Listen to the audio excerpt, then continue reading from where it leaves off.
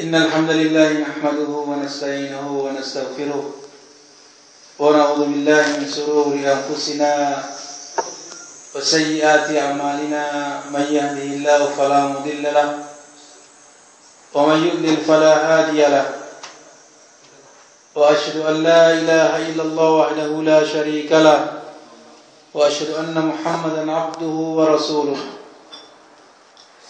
اللهم صل على محمد وعلى آله وصحبه ومن تبعهم بإحسان إلى يوم الدين يا أيها الذين آمنوا اتقوا الله حق تقاته ولا تموتن إلا وأنتم مسلمون يا أيها الناس اتقوا ربكم الذي خلقكم من نفس واحدة وخلق منها زوجها وبث منهما رجالا كثيرا ونساء واتقوا الله الذي تساءلون به والأرحام إن الله كان عليكم رقيبا يا أيها الذين آمنوا اتقوا الله وقولوا قولا سديدا يصلح لكم أعمالكم ويغفر لكم ذنوبكم ومن يطع الله ورسوله فقد فاز فوزا عظيما أما بعد فإن أصدق الحديث كتاب الله وخير الهدي هدي محمد صلى الله عليه وسلم وشر الأمور محدثاتها وكل محدثة بدعة وكل بدعة ضلالة وكل ضلالة في النار. إخوة الإيمان أعزني الله وإياكم. Pertama kalinya marilah kita senantiasa meningkatkan ketakwaan kita kepada Allah Subhanahu wa taala, meningkatkan ketaatan kita agar iman kita semakin bertambah, agar iman kita semakin sempurna, dan jauhilah perbuatan-perbuatan maksiat, karena dengan perbuatan-perbuatan maksiat yang dilakukan maka akan semakin mengurangi keimanan kita. Karena sebagaimana telah kita fahami dan telah kita pelajari bahwa iman itu yazidu wa yanqus, iman itu bertambah dan berkurang. Yazidu bit ta'ah wa yanqusu bil ma'siyah, bahwa iman itu bertambah dengan ketaatan kepada Allah Subhanahu wa taala, dan iman akan berkurang ketika seseorang melakukan kemaksiatan kepada Allah Subhanahu wa taala. Maka ikhwatul iman, agar kita semakin sempurna imannya, semakin kokoh imannya, tambahlah ketaatan kita kepada Allah Subhanahu wa taala. Tingkatkanlah amal ibadah kita kepada Allah Subhanahu wa taala. Tentunya ibadah yang dimaksud di sinilah ibadah-ibadah yang diridhai oleh Allah dan Rasul-Nya. Ibadah yang dicintai oleh Allah Subhanahu wa taala dan diridhoinya. Ibadah yang ditunjukkan ataupun dicontohkan oleh Rasulullah sallallahu alaihi wasallam sebagai qudwah kita, dan bukan amal-amal yang dinisbatkan kepada Islam, akan tapi ternyata hal tersebut tidak pernah dicontohkan atau diajarkan di dalam syariat Islam. Baiklah ikhwatul iman, bahwa malam ini insyaallah kita akan melanjutkan kembali pembahasan kita tentang usulus sunnah yang ditulis oleh Imam Abu Abdullah Ahmad bin Muhammad bin Hanbal rahimahullah, seorang imam besar di antara 4 imam yang terkenal sebagai imam madhab, yang mana beliau adalah sebagai nasirus sunnah, seorang ulama yang betul-betul menegakkan sunnah ini, yang patut kita pahami atau kita pelajari apa-apa yang beliau tulis. Dan di antaranya adalah usul sunnah yang memuat di dalamnya keyakinan-keyakinan yang harus kita pahami agar akidah kita semakin kokoh, agar akidah kita semakin kuat, tidak akan terterpa oleh syubhat-syubhat yang datang kepada kita. Ikhwatul iman, akramani wa akramakumullah. Pada malam ini insyaallah kita akan membaca tentang risalah beliau ini pada pembahasan bahwa kita tidak menyaksikan seseorang dari ahlu kiblah ini dengan amal perbuatannya sebagai penghuni surga atau penghuni neraka. Assalamualaikum.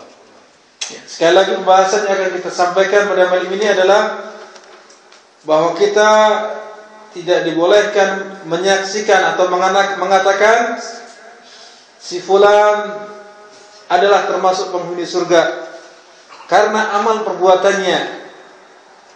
Si fulan adalah penghuni neraka karena kita lihat kemaksiatan yang dilakukan mungkin. Maka sekali lagi, sebagai keyakinan Ahlus Sunnah, kita tidak dibolehkan menyaksikan si fulan dan si fulan ini adalah termasuk penghuni surga atau penghuni neraka, kecuali apa-apa yang telah dikabarkan oleh Rasulullah SAW bahwa mereka adalah termasuk penghuni surga atau penghuni neraka. Di antaranya sahabat-sahabat Rasulullah SAW yang dinyatakan sebagai yang dijamin oleh atau disebutkan dia termasuk penghuni surga, termasuk penghuni surga. Baiklah, ikhwatul iman, akramani wa akramakumullah. Qala Imam Ahmad rahimahullah, wala nashhadu ala ahadin min ahli al-qiblah bi'amalin ya'maluhu bi jannatin wala nar.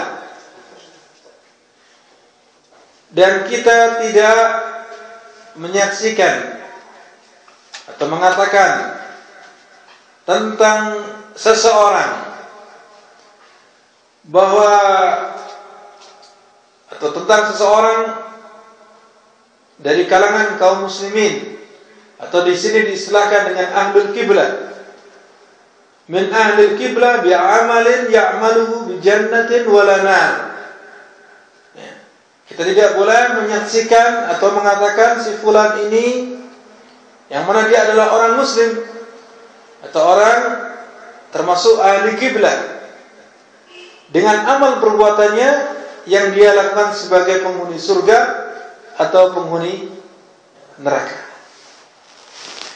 Narju lis-salih wa nakhafu alaihi. Adapun kepada orang yang saleh kita berharap baginya dimasukkan ke dalam surga. Ya. Dan juga kita khawatir, takut kepadanya bahwasanya dia akan dimasukkan ke dalam neraka.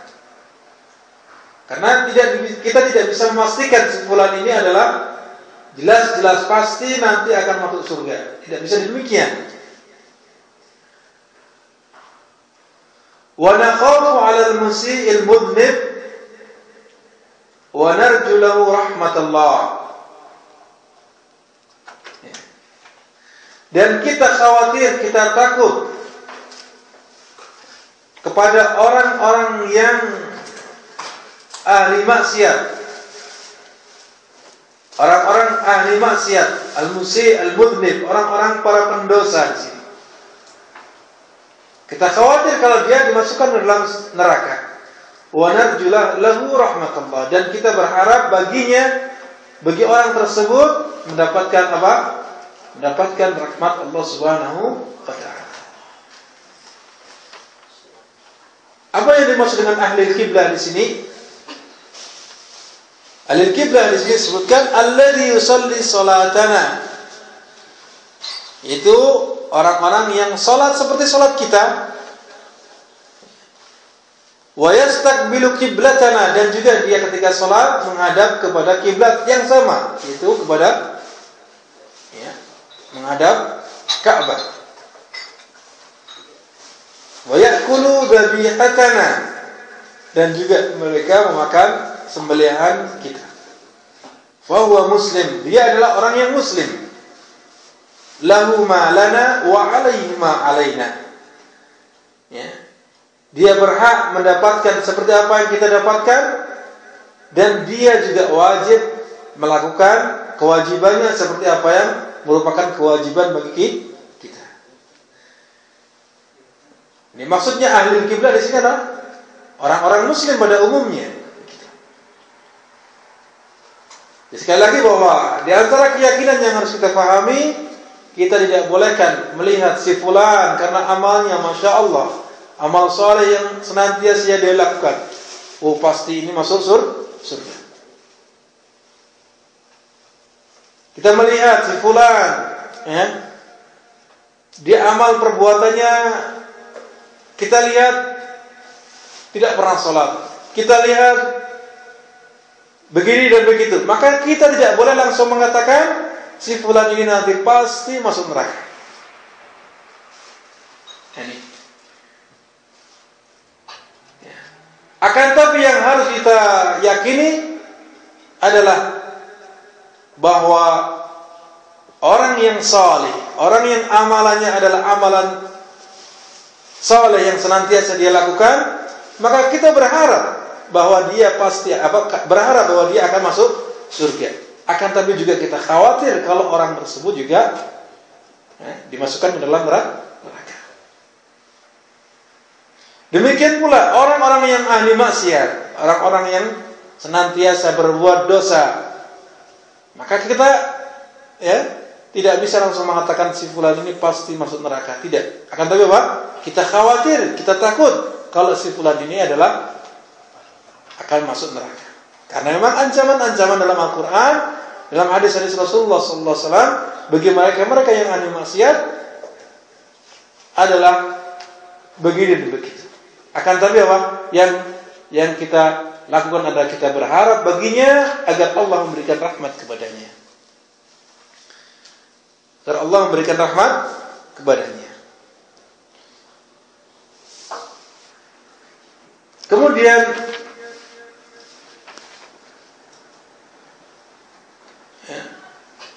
man laqiyallaha bidhanbin yajibu lahu bihin nar ta'iban ghaira musirrin alaihi fa inna allaha yatubu alaihi. Dan barang siapa yang menemui Allah dengan membawa dosa, dengan membawa dosa yang dosa tersebut mengakibatkan pelakunya akan masuk neraka, kemudian dia bertaubat dan tidak terus-menerus melakukan perbuatan dosanya tersebut, maka sungguhnya Allah akan menerima taubatnya. Allah akan mengampuninya. Wa yaqbalu taubata an ibadihi. Allah Maha menerima taubat hamba-hambanya. Wa ya'fu 'anis sayyi'at, dan Allah memaafkan dari perbuatan-perbuatan dosa. Wa man laqiyahu wa qad uqima 'alaihi hadd dzalika dzambi fid dunya fa huwa kaffaratuh. Adapun orang yang bertemu dengan Allah Subhanahu wa taala kemudian telah melakukan dosa besar, akan tetapi telah ditegakkan kepadanya had. Misalkan dia telah membunuh, kemudian dihukum had baginya itu dibunuh. Atau dia mencuri, kemudian dipotong tangannya. atau dia berzina kemudian dirajam ya, di dunia ini, maka hal itu adalah merupakan kafarah baginya. Had tersebut adalah merupakan apa? Kafarah, penebus dosa baginya. Hal itu kama jaa fil khabari an Rasulillah sallallahu alaihi wasallam. Sebagaimana dijelaskan atau telah datang perkara tersebut atau penjelasan ini di dalam hadis Rasulullah sallallahu alaihi wasallam. Kemudian berikutnya wa man laqiyahu musirran ghairu ta'ibin minadh dhunub allati qad istawjaba biha uqubah fa amruhu ila Allah in syaa'a 'adzaba wa in syaa'a ghafara lah. Adapun orang-orang yang bertemu dengan Allah Subhanahu wa taala, dia terus-menerus dalam perbuatan dosanya sampai meninggal bertemu dengan Allah, dia tetap melakukan dosa besarnya, belum bertaubat darinya, yang mana perbuatan dosa tersebut yang menjadikan pelakunya harus mendapatkan hukuman, maka hal itu amruhu ilallah. Perkara orang ini, urusan orang ini kembalinya kepada Allah. Insya'a adzabah. Jika Allah menghendaki maka dia akan diazab. Insya'a ghafarlah. Dan jika Allah menghendaki maka Allah akan memberikan ampunan baginya. Wa man laqiyahu min kafirin adzabahu wa lam yaghfir lahu. Adapun orang yang bertemu dengan Allah dalam keadaan kafir, artinya meninggal belum bertaubat, maka Allah akan mengazabnya dan tidak akan pernah mengampuninya. Ikhwatal iman, azanallahu wa iyyakum. Apa yang disebutkan oleh muallif rahimahullah, yang pertama tadi bahwa kita tidak dibolehkan menyatakan seseorang ya dari ahlul kiblah ini, dari kaum muslimin ini, karena amalan yang dilakukannya kita nanyakan dia pasti masuk surga atau dia pasti masuk neraka. Ketahuilah bahwa fasiku ahlul kiblah, bahwa orang-orang fasik, ahli maksiat di kalangan ahli kiblah, di kalangan kaum muslimin, kita tidak boleh secara mutlak meniadakan keimanan pada dirinya. Secara mutlak si fulan ini tidak beriman karena perbuatan dosa yang dia lakukan. Maka tidak dibolehkan ikhwatul iman. Dan tidak boleh wala yusaf bil iman tam. Tidak boleh pula dia disifati dia memiliki iman yang sempurna karena kefasikan yang dilakukan. Ya. Jadi fasik ahli kiblah, orang yang berbuat maksiat di kalangan kaum muslimin, kita tidak boleh ya meniadakan mutlaknya iman pada dirinya.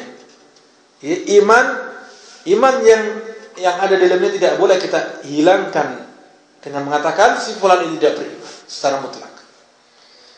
Akibat apa? Kefasikan yang dia lakukan. Tidak boleh pula kita mengatakan si fulan ini dia adalah imannya sempurna walaupun kefasikan dia lakukan. Karena ada sebagian yang memahami ya, seperti orang-orang murji'ah yang mengatakan bahwasanya orang yang berbuat dosa itu tidak ada pengaruhnya dengan keimanannya. Imannya tetap sempurna, tidak akan terkurangi dengan perbuatan yang dia lakukan. Dan ini kebalikannya orang-orang Khawarij. Orang-orang Khawarij yang mengatakan bahwasanya apa? Ya, seseorang yang melakukan dosa besar, imannya akan hilang dan dia menjadi orang kafir. Dan nanti di akhirat akan kekal dalam neraka. Ini adalah pemahaman Khawarij. Adapun Murji'ah kebalikannya. Dia mengatakan bahwasanya imannya tetap dalam keadaan sempurna seperti imannya malaikat Jibril, imannya Rasulullah, imannya Abu Bakar dan seterusnya, walaupun dia melakukan perbuatan dosa. Nah, di sini sehingga Ahlussunnah wal Jamaah adalah di tengah-tengah pemahamannya. Ini pemahaman yang benar ikhwatul iman. Jadi kita tidak boleh menghilangkan si fulan tersebut secara mutlak keimanan pada dirinya sehingga dia dikatakan sebagai orang kafir. Dan kita tidak boleh mengatakan si fulan ini imannya tetap iman yang sempurna. karena perbuatan maksiat yang dilakukan. Ya. Akan tapi orang seperti ini adalah dia beriman karena keimanannya, dan orang yang seperti ini adalah fasik karena perbuatan dosa besar yang dilakukannya. Mukmin fasik. Jadi katakan saya mukmin fasik.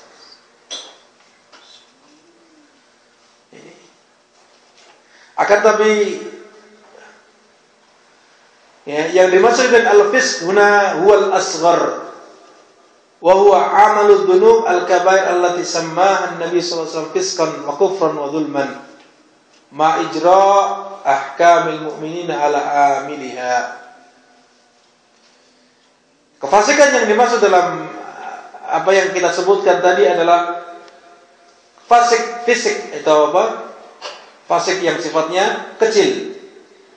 Ya, bukan fasik yang akan mengakibatkan seseorang keluar dari agama ini. Ya. Yaitu perbuatan-perbuatan dosa besar yang disebutkan dalam Al-Quran sebagai kefasikan atau kekufuran ataupun kezaliman. Ya. Kekufuran ataupun kezaliman. Akan tapi tidak sampai menjadikan pelakunya keluar dari Islam.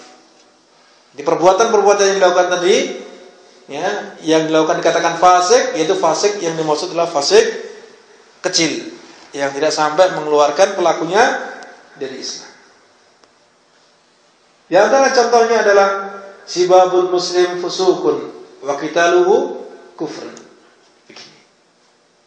Hadis Rasulullah SAW menyebutkan bahwasanya mencela orang muslim adalah kefasikan. Membunuh mereka adalah kekufuran. Rasulullah SAW mengungkapkan sebagai apa? Fasik, sebagai apa? Kufur. Akan tapi di sini tidak sampai menjadikan pelakunya keluar dari Islam. Nah, orang yang melakukan dosa-dosa seperti ini tidak boleh kita katakan dia hilang imannya. Tidak boleh kita katakan imannya sempurna. Tapi apa?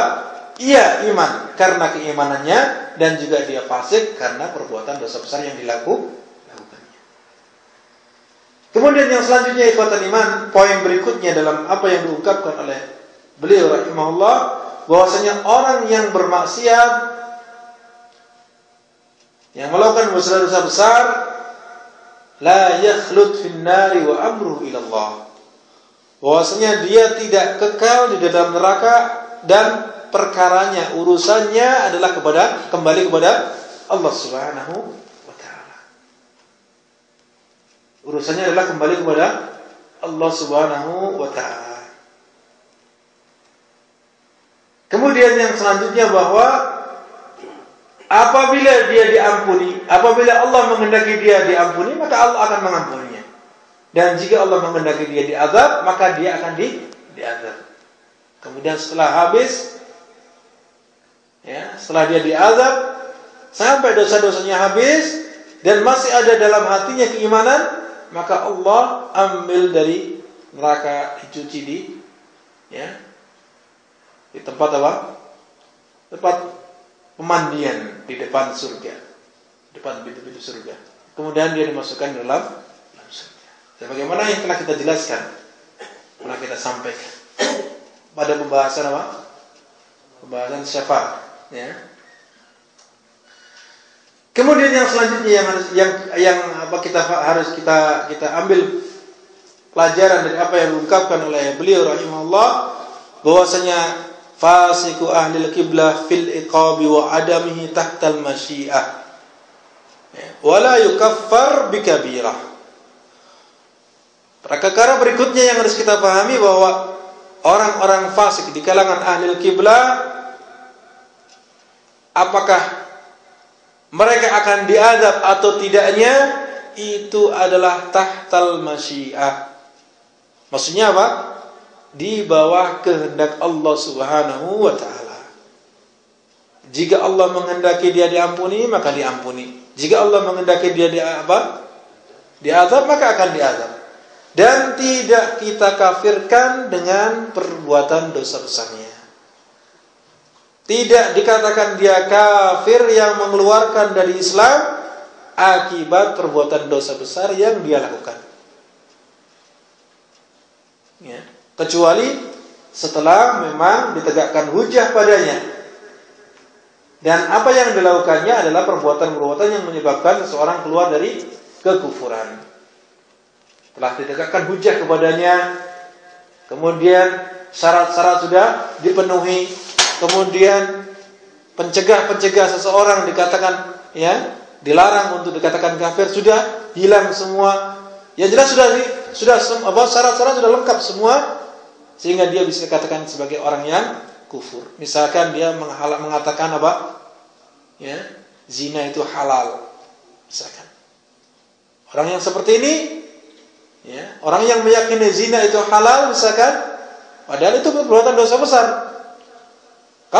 Kalau dia meyakini zina itu halal, kemudian ya, dia telah ditegakkan hujah, kemudian syarat-syarat dikatakan kafir sudah dipenuhi, kemudian penghalang dia dikatakan akan apa?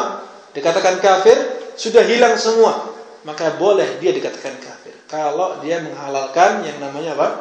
Zina. Atau dia mengatakan bahwasanya sholat itu tidak wajib, misalkan gitu.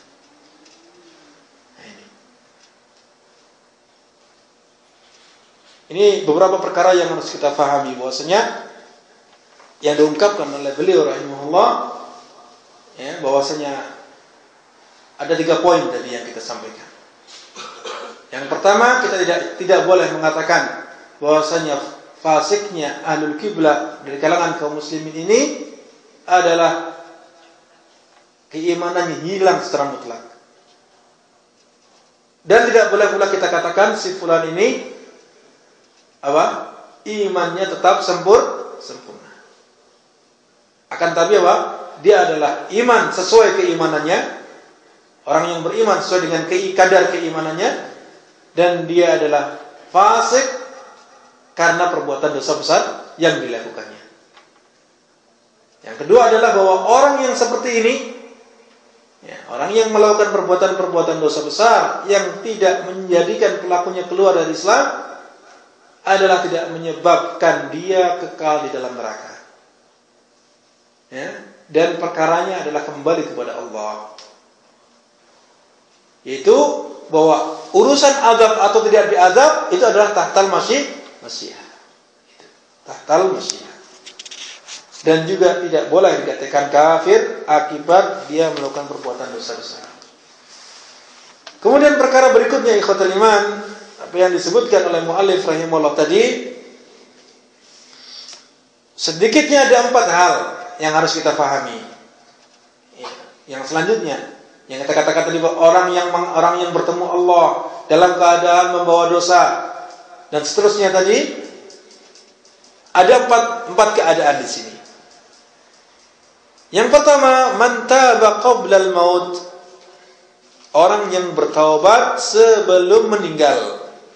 Jadi yang diungkapkan oleh beliau rahimahullah, man laqiyallahu bidzambin yajibu lahu bihin nar taiban ghaira musirin alaihi fa innallaha yatubu alaihi.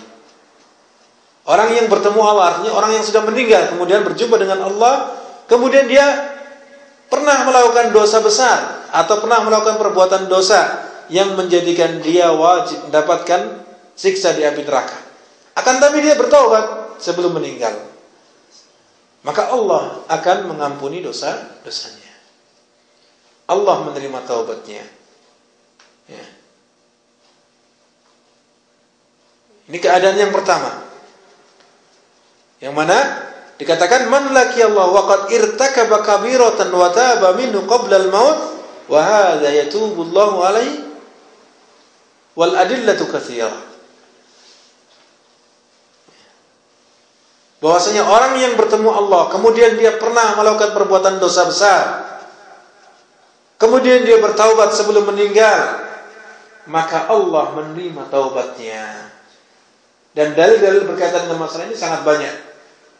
Dalil-dalil berkaitan dengan masalah ini sangat banyak.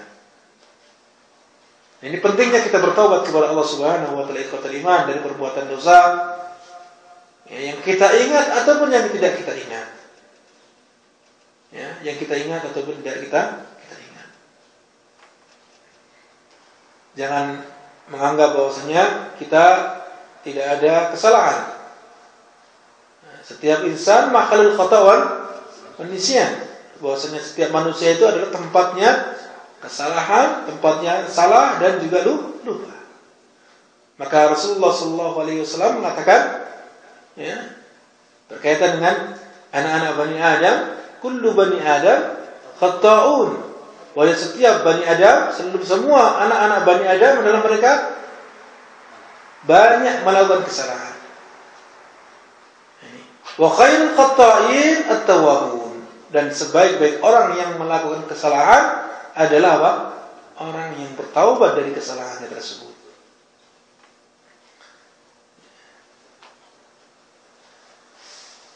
Kemudian ada pun secara rinciannya tentang taubat, insyaallah kita akan sampaikan pada pembahasannya masing-masing. Ya.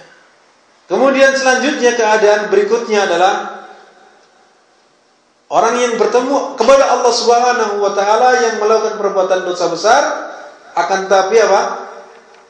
Sudah ditegakkan kepadanya hukuman di dunia.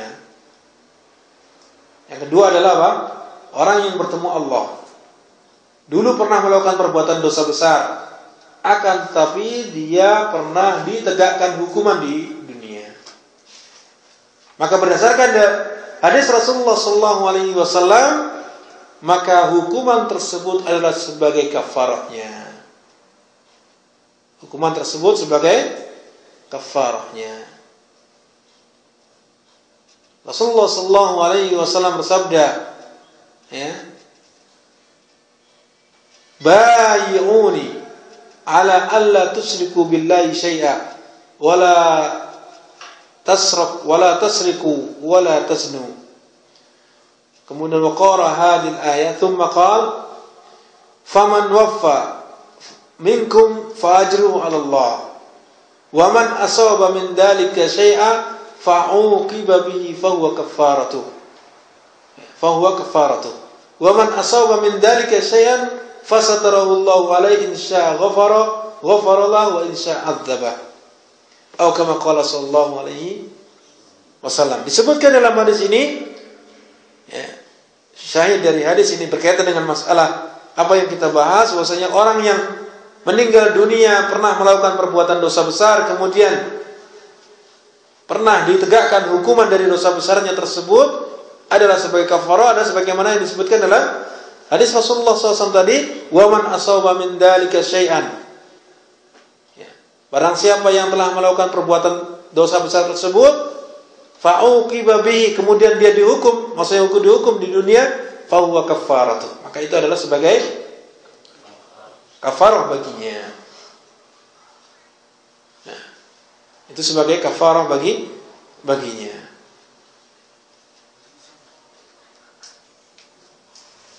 Kemudian yang ketiga, kondisi yang ketiga apa yang disebutkan oleh muallif rahimahullah, ya, man laqiyahu musirran ala ghaira ta'ibin min ad-dunub. Barang siapa yang bertemu dengan Allah, dia terus menerus melakukan perbuatan dosa besarnya dan dia tidak bertaubat dari dosanya tersebut. Yang mana dosanya tersebut mewajibkan dia, menjadikan dia, ya, harus mendapatkan hukuman. Maka orang yang kondisinya seperti ini, ya, orang yang kondisinya seperti ini, fa amruhu ilallah, ya, perkaranya adalah kembali kepada Allah. Jadi ketika dia meninggal dalam keadaan membawa dosa besar selain syirik atau dosa-dosa besar yang menjadikan dia kafir, ya, perbuatan dosa-dosa besar yang menjadikan dia kafir, ya, misalkan dia di dunia melakukan dosa besar, senantiasa mencuri terus menerus, dia tidak pernah bertaubat dari apa yang dilakukan, atau dia meminum khamar, atau dia membunuh orang, atau dia berzina, kemudian dia meninggal dalam keadaan perbuatan dosa besar tersebut dan belum bertaubat darinya, dan belum pernah ditegakkan had baginya kepadanya di dunia, maka perkaranya, urusannya adalah dikembalikan kepada Allah Subhanahu wa taala. Maksudnya itu adalah tergantung Allah. Jika Allah menghendaki, maka apa? Dia akan diazab. Dan jika Allah menghendaki diampuni, maka dia akan diampuni. Ya. Ini adalah juga dalam hadis yang sama tadi disebutkan.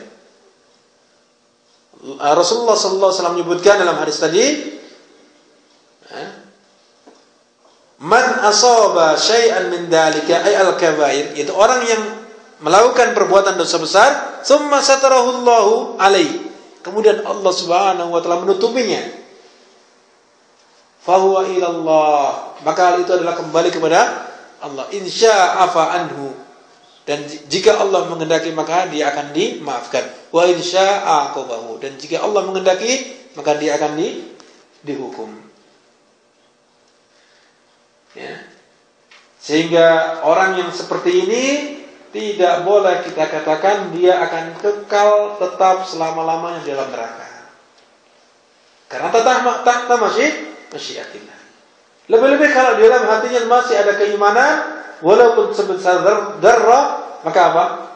Dia nanti akan masuk surga setelah dia dicuci terlebih dahulu di dalam neraka. Maksudnya dicuci dari perbuatan dosanya tersebut, dihabiskan. Tentunya tidak sebentar, ya, tidak sebentar.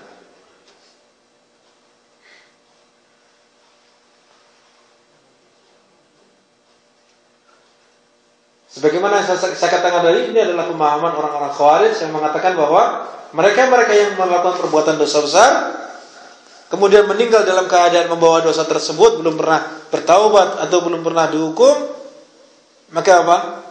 Maka dia akan menjadi orang yang kafir, kharijin minad din. Itu kata mereka. Ini adalah pemahaman yang keliru. Pemahaman yang keliru. Tidak pula kita mengatakan seperti orang-orang Mu'tazilah. Ya.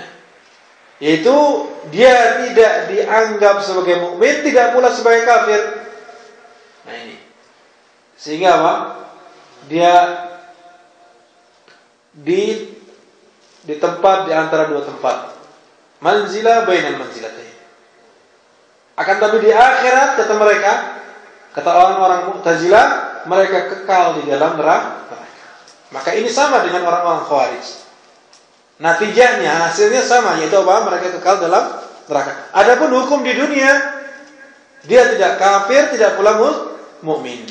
Ini kata orang Mu'tazilah. Maka ini juga pemahaman yang keliru. Ketahuilah bahwasanya orang-orang Mu'tazilah, orang-orang Khawarij, orang-orang Murji'ah, itu adalah bagian dari firqah-firqah yang dikatakan oleh Rasulullah SAW sebagai firqah yang sesat. Yang dikatakan bahwasanya umatku ini nanti akan terpecah menjadi berapa? 73 golongan. Semuanya akan di neraka kecuali satu, yaitu al-jamaah. Maksudnya Ahlus Sunnah al-jamaah. Nah, di antara firqah-firqah yang sesat tadi adalah Khawarij, Syiah, ya. Kemudian Mu'tazilah, kemudian Murji'ah, dan seterusnya. Sufiyah, ya. Orang-orang Sufi itu bagian dari mereka. Ya. Bahkan di antara para ulama banyak sekali yang mengatakan bahwa Syiah bukan dari Islam. Syiah bukan dari Islam. Di Syiah sendiri terpecah menjadi berbagai macam kelompok. Ada Syiah yang mendekati benar, ada Syiah yang ekstrim, dan seterusnya. Maka Syiah yang Rafidah, termasuk Rafidah, adalah mereka telah keluar dari Islam, artinya bukan bagian dari Islam. Mereka agama sendiri sudah. Yang sampai mengatakan bahwasanya malaikat Jibril menurunkan wahyu keliru. Ini adalah kelompok Rafidah, orang-orang Syiah yang ekstrim. Adapun orang-orang Syiah yang dekat, artinya yang masih dekat dengan Ahlu Sunnah, dalam artian pemahamannya tidak sampai sesat, hanya dari sisi apa? Dari sisi mendahulukan Ali radhiyallahu an, keutamaannya daripada sahabat-sahabat yang lain. Begitu. Jadi mereka lebih mendahulukan atau lebih mengatakan bahwasanya Ali radhiyallahu an adalah lebih utama daripada sahabat-sahabat yang lain. Itu saja sampai sedemikian rupa. Maka ikhwatul iman, sekali lagi bahwa mereka adalah termasuk bagian dari firqah-firqah yang dikatakan Rasulullah SAW. Mereka adalah firqah yang sesat. Nah, akan tapi ikhwatul iman yang harus kita katakan terhadap mereka adalah bahwasanya orang yang ahli maksiat atau berbuat maksiat, dia tidak kekal dalam neraka. Ya, tidak kekal dalam neraka ketika di dalam hatinya masih ada iman ataupun dia masih bertauhid kepada Allah Subhanahu wa taala. Ya. Dia masih dalam keadaan bertauhid kepada Allah Subhanahu wa taala. Adapun yang terakhir keadaannya adalah orang yang bertemu Allah Subhanahu wa taala dalam keadaan kafir. Dalam keadaan kafir. Atau mungkin statusnya Islam dalam KTP-nya, tapi dia telah melakukan perbuatan dosa besar atau melakukan perbuatan dosa kekufuran yang menyebabkan pelakunya menjadi kafir. Misalkan dia menyembah kepada kuburan, yang tahu itu adalah perbuatan syirik, tahu itu adalah tidak dibolehkan dalam Islam, tapi tetap saja dia lakukan. Karena Allah Subhanahu wa taala berfirman, "Innallaha la yaghfiru an yushraka bihi wa yaghfiru ma duna dzalika liman yasha." Sedangkan perbuatan dosa syirik adalah termasuk perbuatan dosa yang paling besar. Ini sehingga menyebabkan pelakunya kekal di dalam neraka. Ya, melakukan penyebab bahwa pelakunya kekal dalam neraka.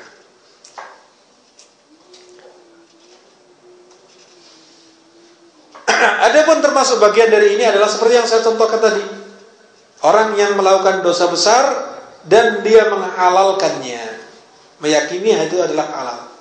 Seperti misalkan seorang makan daging babi dengan mengatakan ini halal, daging babi tidak haram.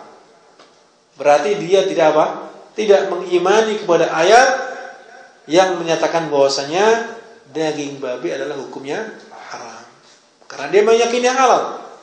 Maka ini adalah termasuk contoh orang yang ketika meninggal belum bertaubat darinya, dia dalam keadaan meninggal di atas kekufuran. Maka orang yang seperti ini jelas tidak akan pernah diampuni oleh Allah Subhanahu wa taala dan dia kekal di dalam neraka. Dia kekal di dalam neraka.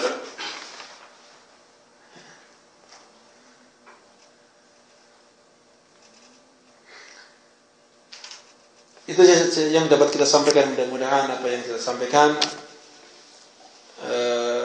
menambah keyakinan kita di dalam memahami Islam ini, menambah kekokohan akidah kita kepada syariat Allah Subhanahu wa taala, sehingga Allah Subhanahu wa taala membimbing kita kepada jalan yang lurus yang Allah ridhai dan Allah cintai. Saya akhiri dengan kafaratul majlis, yang mana pembahasan ini insyaallah masih ada beberapa poin lagi kita sampaikan pada pertemuan yang akan datang insyaallah. Saya akhiri dengan kafaratul majlis. Subhanakallahumma wa bihamdika asyhadu an la ilaha illa anta astaghfiruka wa atubu ilaik. Wa sallallahu ala nabiyyina Muhammad wa ala alihi wa sahbihi ajma'in. Assalamualaikum warahmatullahi wabarakatuh.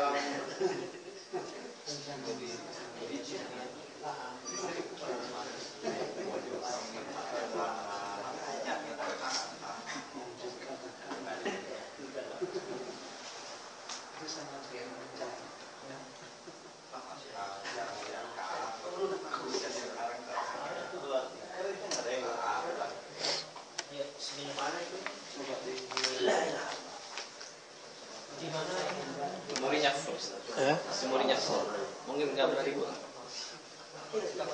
Ada, nggak bisa berarti? Bisa cuman mungkin ada berapa seperempat Hilang, anda masuk. enggak masuk pasti. Ke belakang enggak maksudnya. Enggak pernah dibuat. Allah alam ala nggak ngerti. Pak, nanya Pak. Nah, silakan. Tadi orang kita nggak bisa mengatakan orang itu kafir ya. Tapi kalau kita mengatakan, oh kamu banyak dosa, gitu bagaimana itu? Tidak boleh juga. Sama. Yang dilarang tadi, yang kita tidak dibolehkan adalah bahwasanya si fulan ini adalah termasuk penghuni surga. Karena amal-amal yang dilakukan, wah ini adalah syekh, ini ulama, ini ustaz, ini kiai, saya lihat dia selalu sholat, hajinya sering, umrohnya, sodakohnya misalkan, wah ini pasti masuk surga, maka tidak boleh. Tidak boleh demikian. Kecuali mereka-mereka yang sudah jelas disebutkan dalam ayat atau hadis Rasulullah. Bahwasanya si fulan ini adalah ya di dalam surga. Fulan ini masuk surga.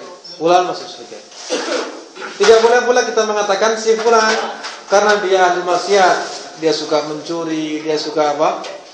Berzina, dia suka perbuatan-perbuatan dosa besar banyak dia lakukan.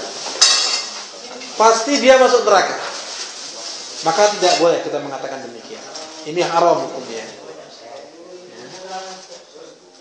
Yang kita katakan adalah kita khawatir orang yang seperti ini apa?